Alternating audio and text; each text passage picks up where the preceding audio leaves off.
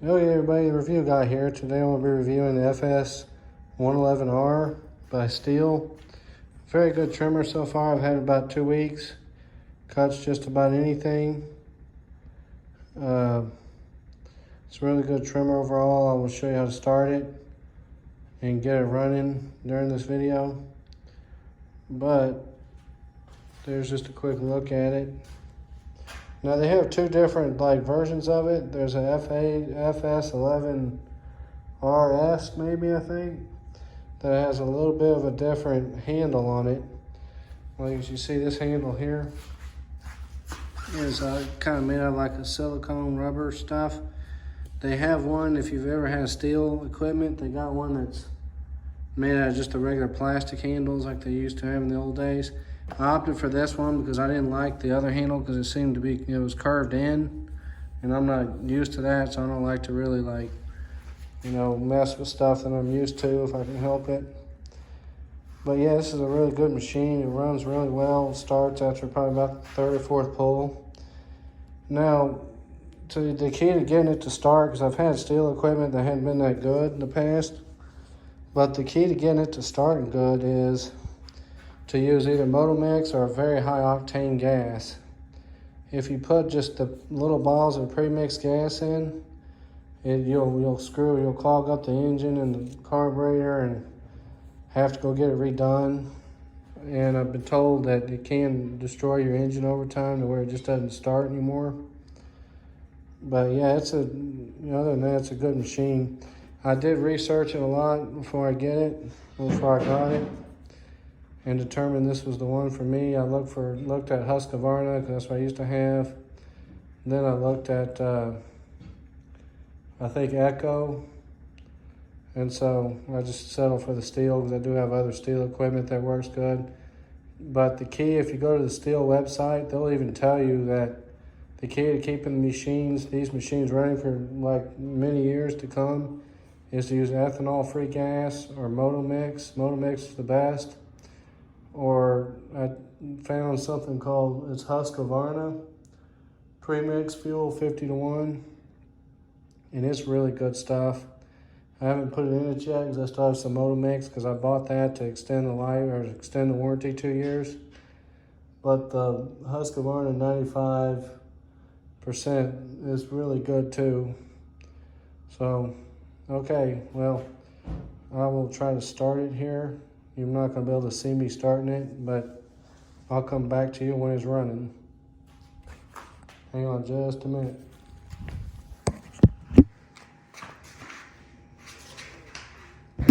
Actually, here, I'll just show you how you do it. So what you want to do is you want to pump the bulb at least 5 times. 1, 2, 3, 4, 5. And I usually put it on full choke, which is all the way up.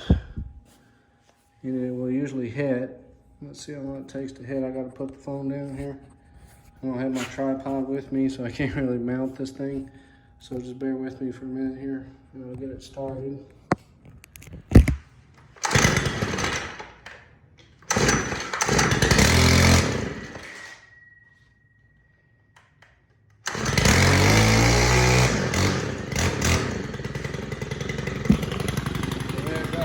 It literally fired probably on the first pull, and then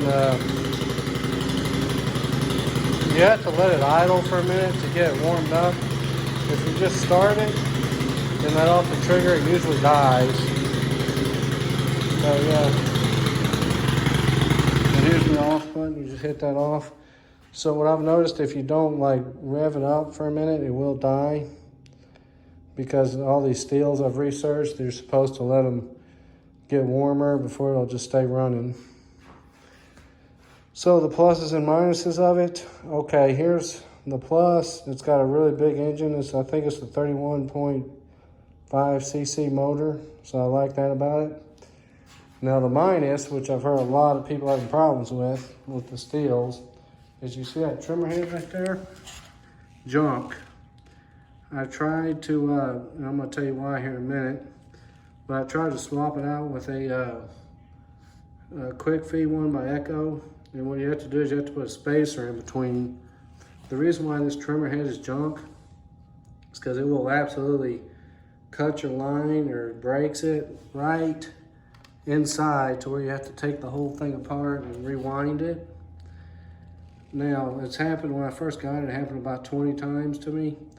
But since I put that spool in, it's been a lot better. It hasn't, like, because if you tie it really tight or wind it really tight, it tends to hold off a little longer. But since I put this last spool in, it's been fine. It hadn't broke the string or anything. And another problem with the head is you always have to keep tapping it because it's hard to edge with. Because when you're edging, the string will break, like I was just telling you.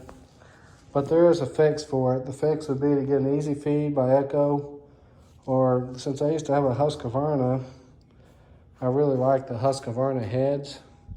So one day if it starts doing it again, I may just swap it out with a Husqvarna head and then just go from there, because I think it'll work a lot better, because I've never had problems with the feed or with the line retracting from it, from those kind of heads. But you have to have a spacer, and it wobbles a little bit because it's not the exact fit for it. It's more of a universal. So I just left it alone for now. But that's about it. It's a really good machine. And that's about all I got for you today. Thanks for watching. Review Guy out.